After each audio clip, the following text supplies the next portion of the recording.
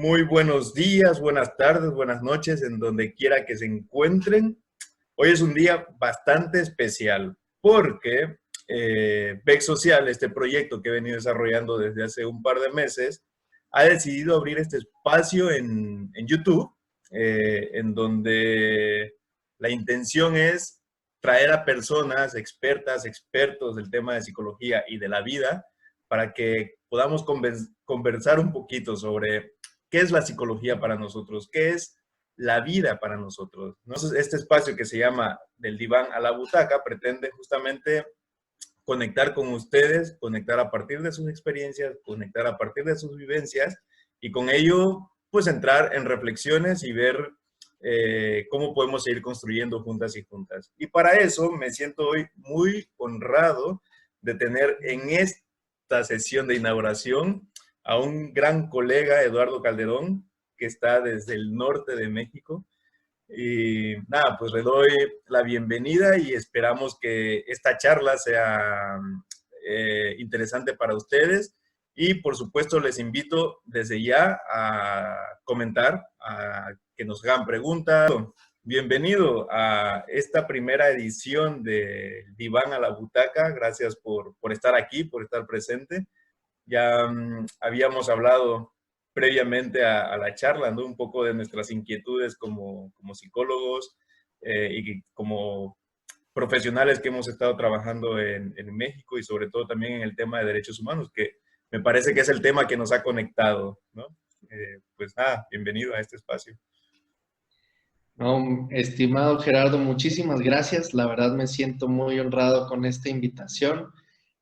Ha sido, como tú dices, tanto en lo profesional y en la vida, en la escuela de la vida, coincidir contigo en espacios para mí muy significativos, importantes y me hace mucho sentido este nombre del diván a la butaca y ya que me cuentas un poco, la verdad que, como dices, también es algo de lo que nos ha conectado, ¿no? En la vida, como en este espacio, ahora sentirnos en la butaca y poder hablar de la vida, de lo que ha significado para nosotros, nuestra profesión, lo que hemos conocido, no sé, es como quiero decir tantas cosas ya, tan solo con escuchar el nombre, ¿no? O sea, es muy emocionante.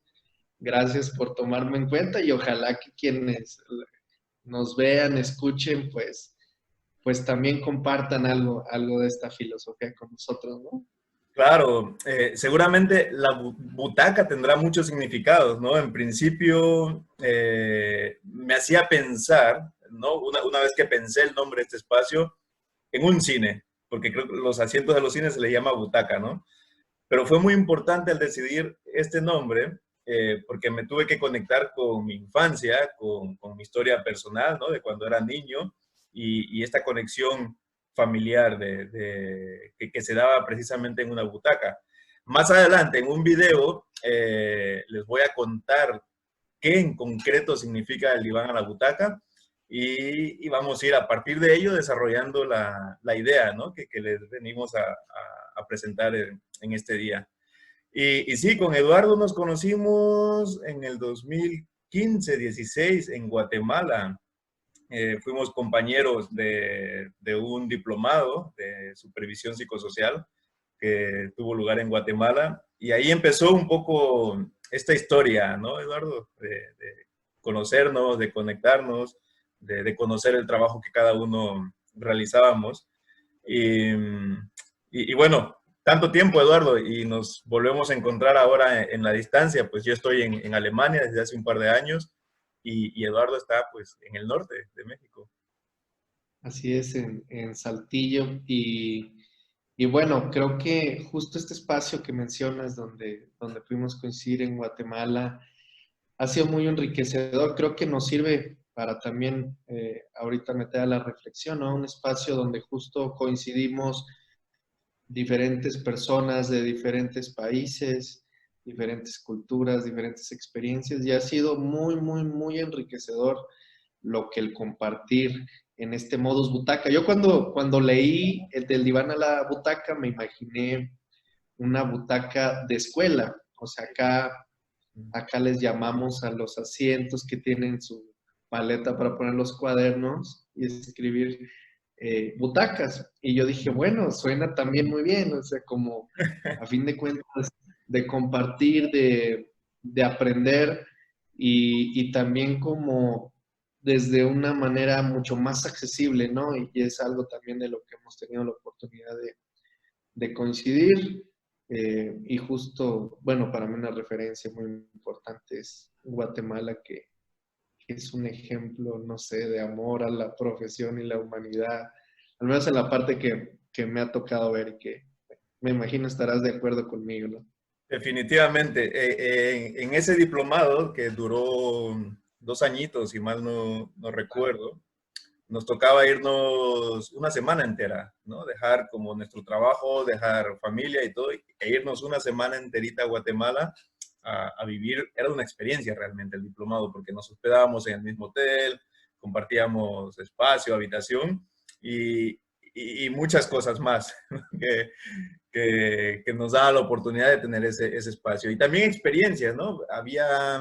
Éramos, no sé, si alrededor de 20 personas tomando este diplomado que venían de diferentes partes de Guatemala, de El Salvador y de diferentes partes de México también, que eso era interesante. Había gente del norte, del centro y del sur, ¿no? Como bien dices, ese espacio donde pudimos compartir experiencias, compartir sentires también y saberes, ¿no? Y que definitivamente nos conectaba y prueba de ello es que se siguen tejiendo estas redes, ¿no? A pesar de la distancia, estamos aquí presente ahora haciendo un video para hablar de lo que nos sigue moviendo como profesionales de la salud mental, ¿no? Y bueno, contarles que Eduardo, bueno, tiene un doctorado en Gestalt, si mal no estoy. Cuéntanos un poco de tu profesión, qué, cuáles son las líneas de trabajo que has seguido, Eduardo.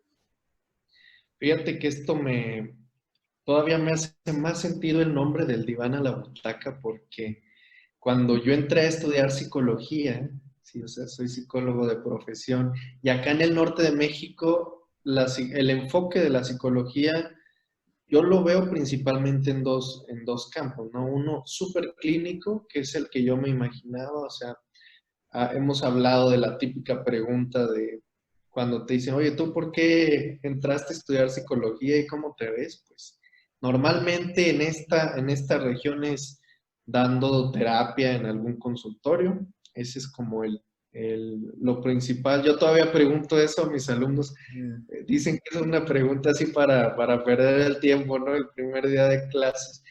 A mí sí me da curiosidad con la idea que entran por la manera en que a mí me cambió la vida. O sea, y yo me reflejo, ¿no? En muchas respuestas que a veces dicen, pues para ayudar. Fíjate esa, que puede ser súper, súper abstracto también, ¿no? O sea, Mm. para ayudar. Pero bueno, ¿cómo te imaginas ayudando? Pues a gente que quizá tiene problemas existenciales, emocionales, etcétera, y bueno, ayudándolos a salir adelante. Creo que ese es el estereotipo básico. Y también en esta región de México, pues mucho el área laboral también de los recursos humanos, sobre todo, capacitación, etcétera, pero enfocado a las empresas. Y bueno, a mí en lo personal no me llamó mucho la atención y yo me fui por el lado clínico, conocí la Gestalt y en lo personal ahí descubrí también mis necesidades de cosas que yo necesitaba trabajar de manera personal y que pude resolver gracias a conocer la Gestalt. Yo me enamoré por completo y entendí que pues primero me quería ayudar yo. Cambió muchísimo también el concepto de ayudar. Ujú. Empecé a aprender de mí y de esa manera darle un sentido a mi trabajo. Yo empecé así siendo muy, muy, muy, muy, muy clínico y mi formación clínica. Entonces, una vez que salgo de psicología, entro a la maestría en Gestalt y le seguí por ese camino hasta el doctorado en psicoterapia gestal, ¿no? Mm. La escuela de la vida es la que me lleva como a entrar a un campo más social y que es donde conozco el área de los derechos humanos. Una de mis maestras que aprecio mucho, Bere de la Peña, me invita, o sea, yo era su alumno y ella me invita, ya que me gradué, a trabajar a la Casa del Migrante. Estaban buscando un psicólogo porque en el año 2011, si mal no recuerdo, hubo un incremento. Yo desconocía totalmente ese mundo de la migración y también se me hace un fenómeno interesante en esta parte del país porque es ruta migratoria. Mm. Y creo que es invisible o más bien invisibilizada, ¿no? Eso lo he entendido con los años. Pero bueno, me invito a trabajar a la Casa del Migrante y ahí hay un antes y un después de un Eduardo en muchos sentidos, ¿no? También personal, profesionalmente, humanamente. Y sí, sí, fue como chocar contra toda la formación que yo estaba teniendo, así totalmente clínica, y abrirme también a una psicología que tome en cuenta el contexto y que creo que más adelante podemos profundizar de eso, ¿no? Donde, digamos, mi formación es, pues vamos a trabajar tus problemas, tus emociones y todo, pero como tal, como si tú fueras el culpable por tu historia de vida, de sentirte de alguna manera o pensar de alguna manera, que sí, ¿verdad? Pero acá le agregas el plus de no siempre tú eres el culpable, digamos, también hay contextos que influyen cómo estás viviendo, ¿no? Pero bueno, eso yo no lo entendía para nada. Y así es como empiezo a trabajar primero con migrantes. Te decía, en el 2011 resulta que había en la ruta migratoria muchísimos secuestros a personas migrantes que venían incluso ya de unos años anteriores. Justo acá donde radico y empecé a trabajar ahí, Saltillo, digamos, llegaban las personas migrantes, habían vivido secuestros o les había tocado ver cosas terribles en el camino y pues bueno, presentaban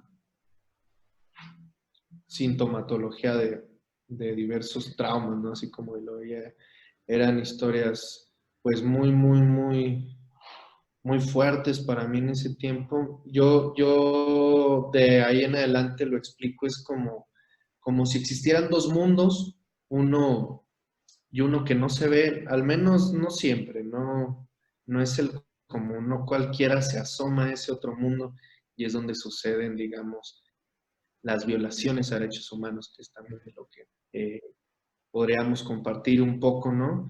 Y para mí fue asomarme a este mundo y no sé, totalmente impresionado. Además, la construcción que yo tenía desde la familia, de mi experiencia, digamos, mi formación profesional era un mundo diferente. Recuerdo a mi jefe de ese entonces, Alberto Chicotencal, que es un gran amigo y también aprecio muchísimo. Qué paciencia me tuvo, qué paciencia me tuvo para aprender, ¿no? A veces, ahora lo entiendo y digo, no, si yo hubiera comentado, si alguien me viniera y me comentara eso, no sé cómo reaccionaría, ¿verdad? Fue muy paciente, me ayudó a formarme y también, este, pues encontré, conecté, coincidimos, no sé desde qué punto de vista ponerlo, con más profesionales, con más personas que también están trabajando el tema, preocupados por lo que está sucediendo en el país y sigue sucediendo. Y ha sido algo muy bonito. Bueno, derivado de eso también fue que luego nos conocimos en Guatemala, ¿verdad? Claro. Pero es como asomarte, o para mí fue asomarme a ese otro mundo que de plano era invisible para mí. O sea, sí, eso es también como algo que digo, me hubiera gustado verlo antes. Y antes de verdad no lo veía, con muchas personas muy valiosas que he coincidido en este mundo como tú. Veo, no sé, como quizá esa oportunidad, yo lo veo ahora como una oportunidad de cómo las propias historias desde mucho antes les han hecho ver que ese otro mundo existe, ¿no? Y hacer algo y está ahí.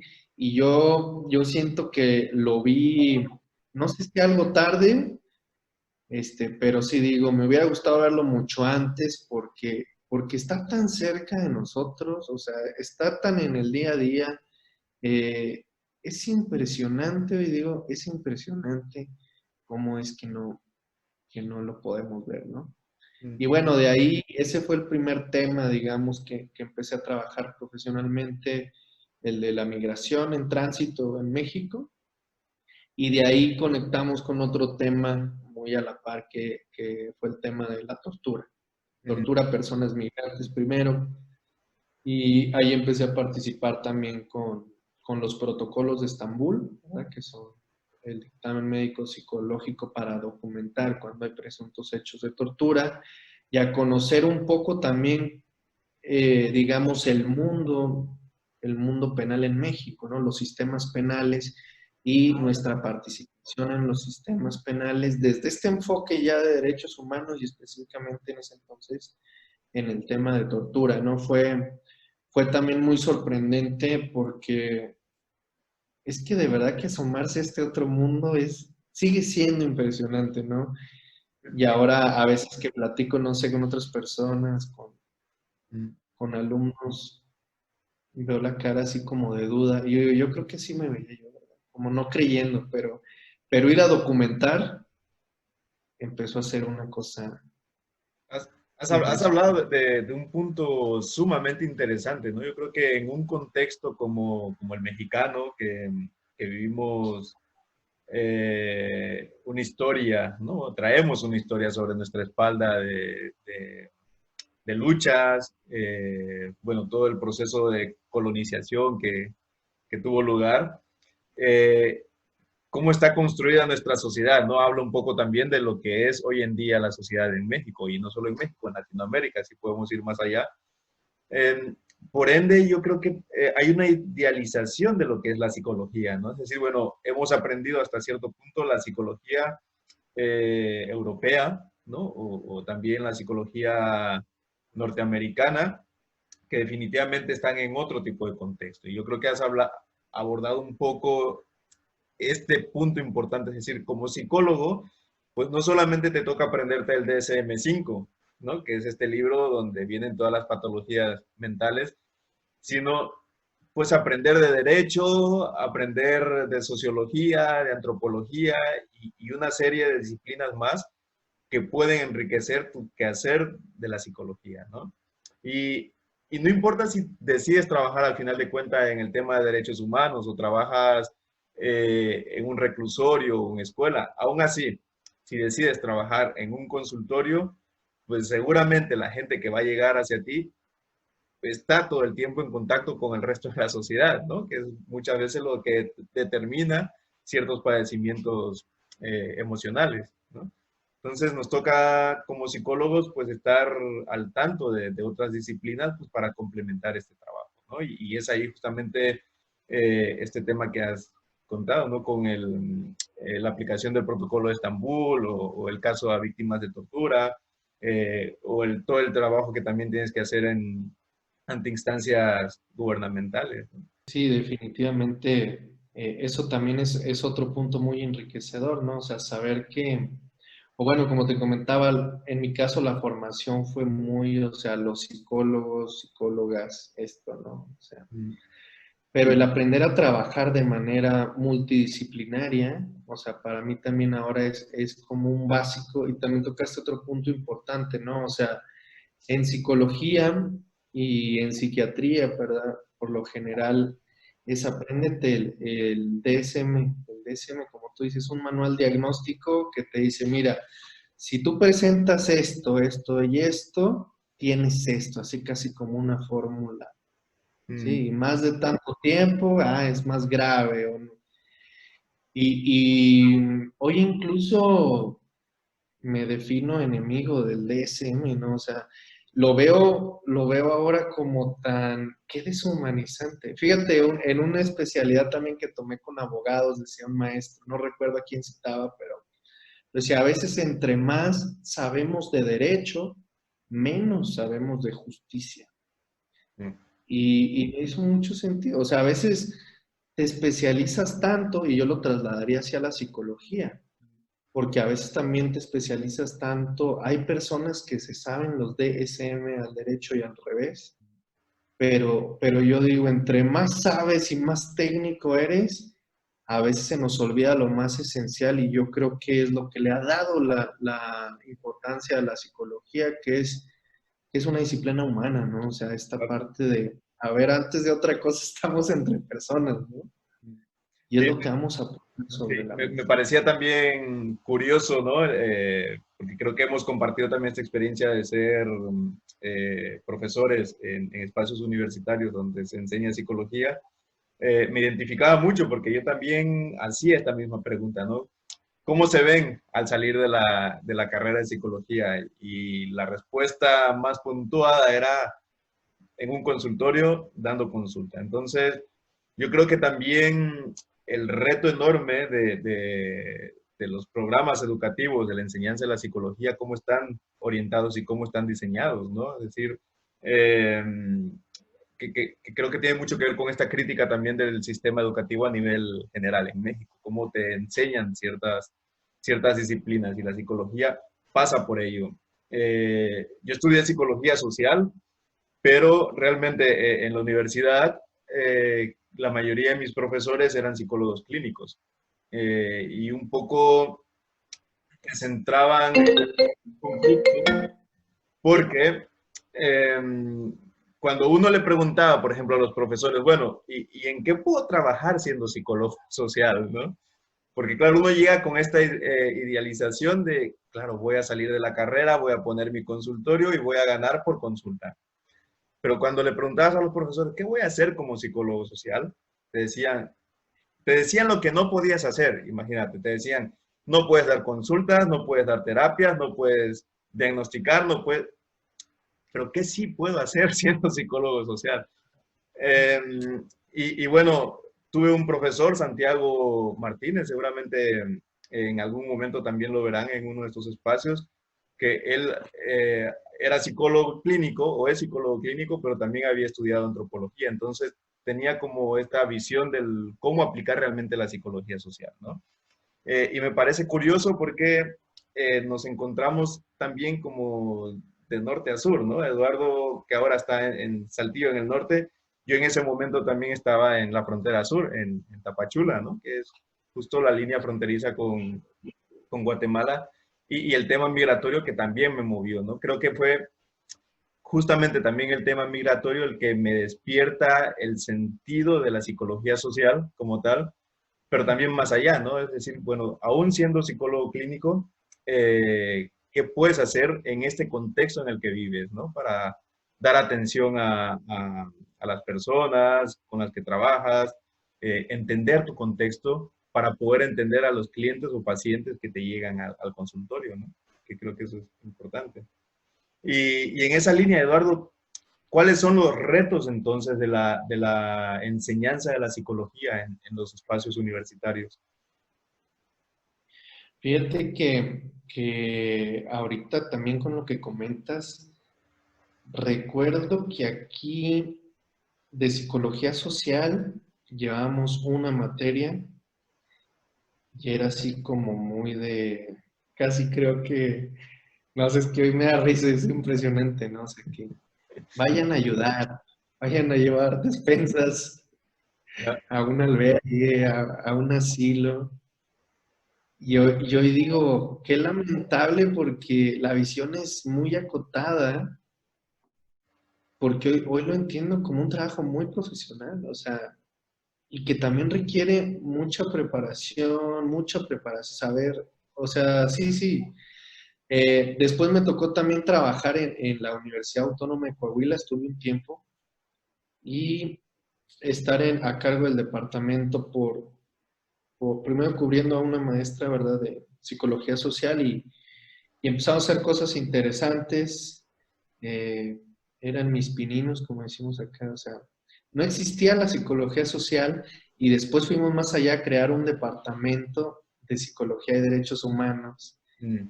Y creo que el reto, voy a citar ahora al padre Pedro Pantoja, también acá asesor de la Casa del Migrante y muy reconocido en su trabajo por la migración en tránsito.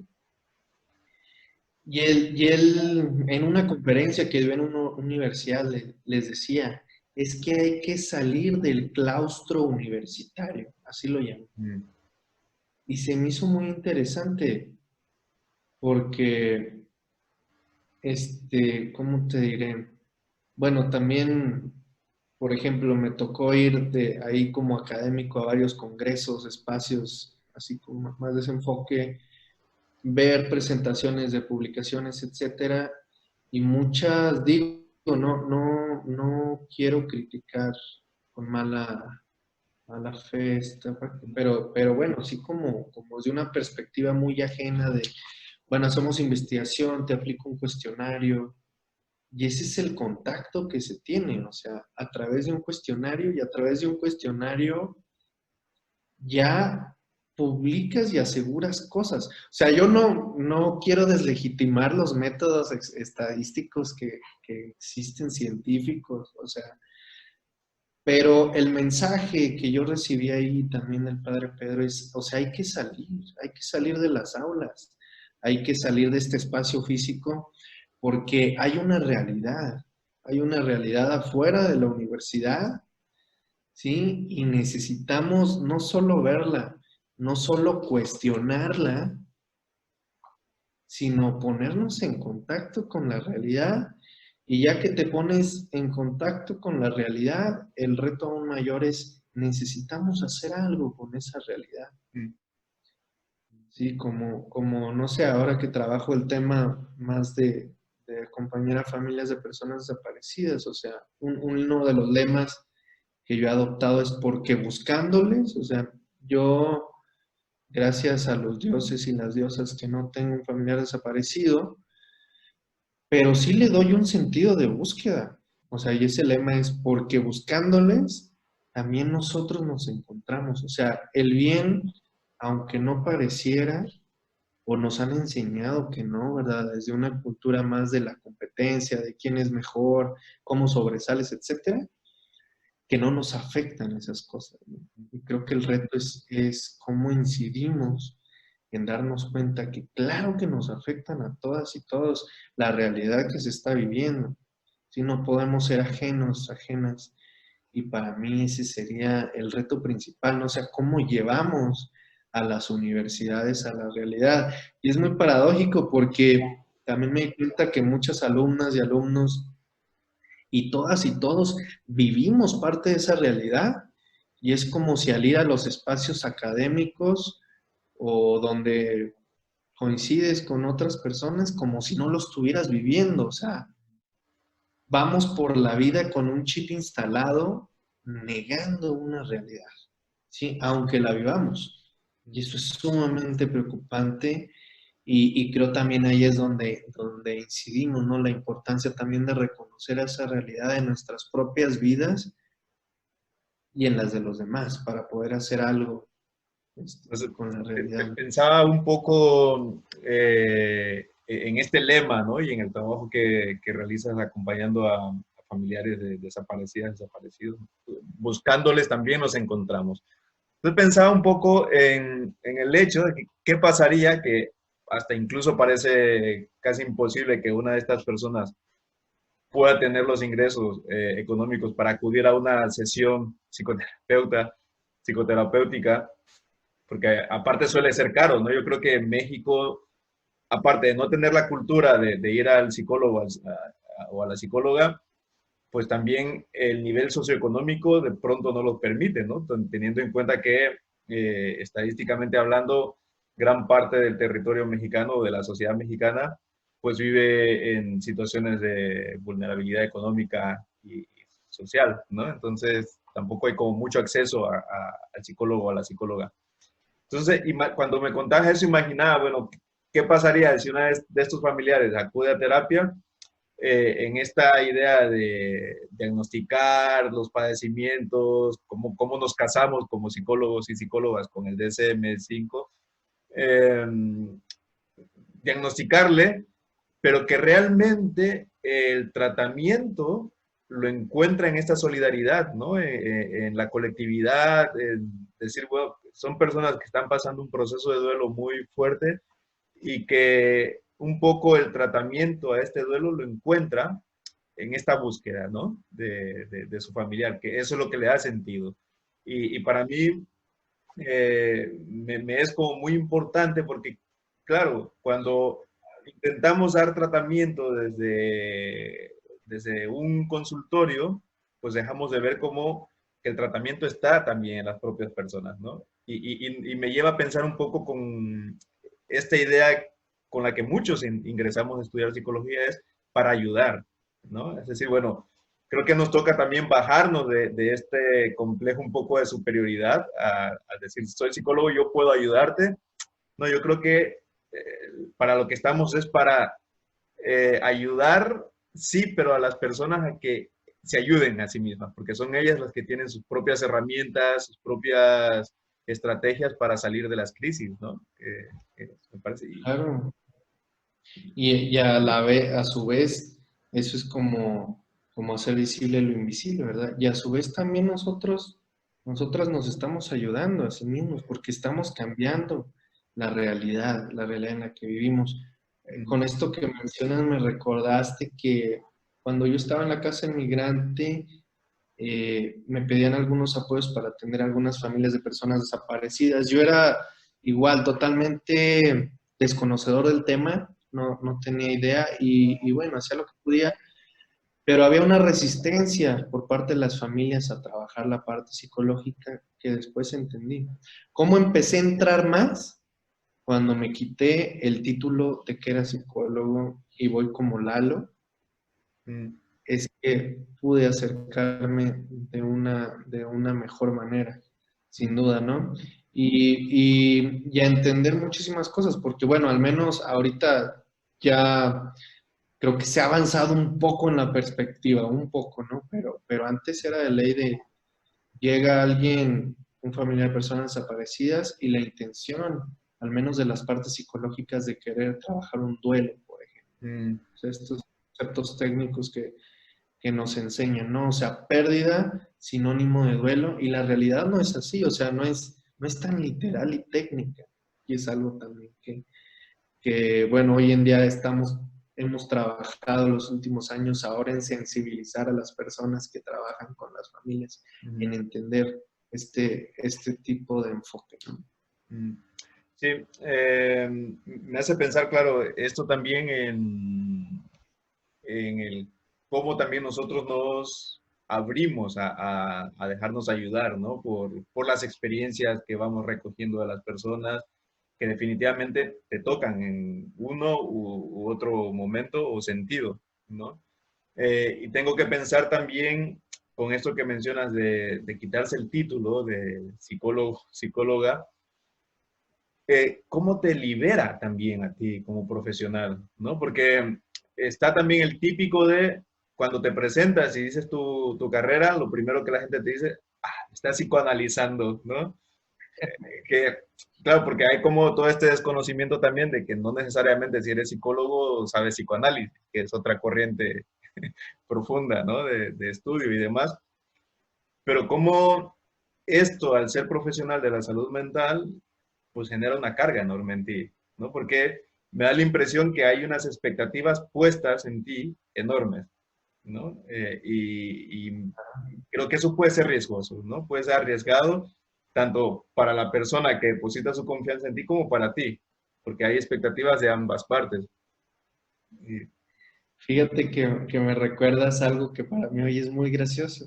Fíjate, es curioso porque hoy me definiría como psicólogo social, siendo que mi especialidad académica es clínica, ¿no? Pero bueno, fui a un congreso de psicoanálisis a Zacatecas, con todo respeto para los psicoanalistas, ¿verdad?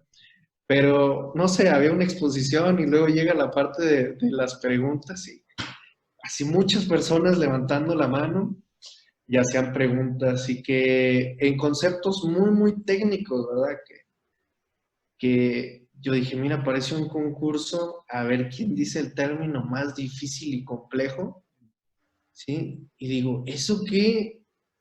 Desde cómo lo veo ahora trabajando con las personas que trabajo, ¿no? O sea, cómo luego lo hacemos inaccesible, por un lado, o sea, en términos ya prácticos, y otra es sí parece una guerra de egos. O sea, yo creo que como dices, en ese ponernos expectativas, parte de la formación es quién es mejor que quién. ¿Sí? Mm, Se vuelve una competencia, ese modelo de competencia, como también los jurídicos, que es también como quién sabe más, quién sabe la parte más técnica, quién tiene razón, quién da el diagnóstico correcto. mm, Y pues bueno, yo digo, pues, o lo que he aprendido es, al menos en el área que hoy me desempeño, es que eso pues no va, es muy deshumanizante claro. para el contexto en el que trabajamos y no funciona. Me recordaste también el modelo, por ejemplo, muchos centros de atención psicológica que son públicos, por Mm, lo general ofrecen modelos que se conocen como de terapia breve, mm, de 10 sesiones o 12 sesiones, ya muy estructuradas, o sea, la sesión uno se tiene que trabajar esto y es un programa de 10 a 12 sesiones donde ya debes tú ver un cambio a las 10, 12 sesiones. Sin embargo, imagínate, o sea, tradúcelo a la realidad. Suena muy bonito, los modelos están perfectamente hechos, documentados, funcionan, pero ¿en qué realidad lo estamos poniendo? Ese claro. es, Mm, más al rato que me decía así, pues en México la realidad, quién sabe si sea para un modelo de 10 12 sesiones. Un ejemplo es eso. Imagínate ahorita una familiar de personas desaparecidas en el año 2009, 2010. ¿Qué te gusta? Un programa, y además son semanales, quincenales, o sea, hubiera terminado su terapia en 2 meses, tal vez, 3, así como lo marca el modelo. Ya 10 años de la desaparición de su familiar, ya no hay impactos emocionales, o sea, ya se resolvió lo que ella necesitaba trabajar. Eso por un lado, ¿no? Y la otra es que no puede ser un modelo tampoco tan clínico, porque las personas no están, no sé si decir mal, o sea, no tienen alguna patología. Es algo también que aprendí y ahora lo entiendo como anti-DSM. mm, Que estén tristes, ¿sí? O sea, que tengan la sintomatología que un DSM marca como depresión, ansiedad, estrés postraumático, etcétera, es normal ante algo que no es normal, como decía Martín Baró, mm, ¿sí? O sea, claro que esas reacciones son normales, lo que no es normal, que hace 10 años hayan desaparecido a sus hijos, mm. a un esposo, a una hermana, una hija, ¿sí? Sí. O que le hayan quitado la vida de manera perversa. O sea, eso es lo que es normal. Y mientras no haya justicia, Mm, difícilmente vamos a quitar los impactos traumáticos y por ende psicológicos en las personas. No lo podemos desvincular.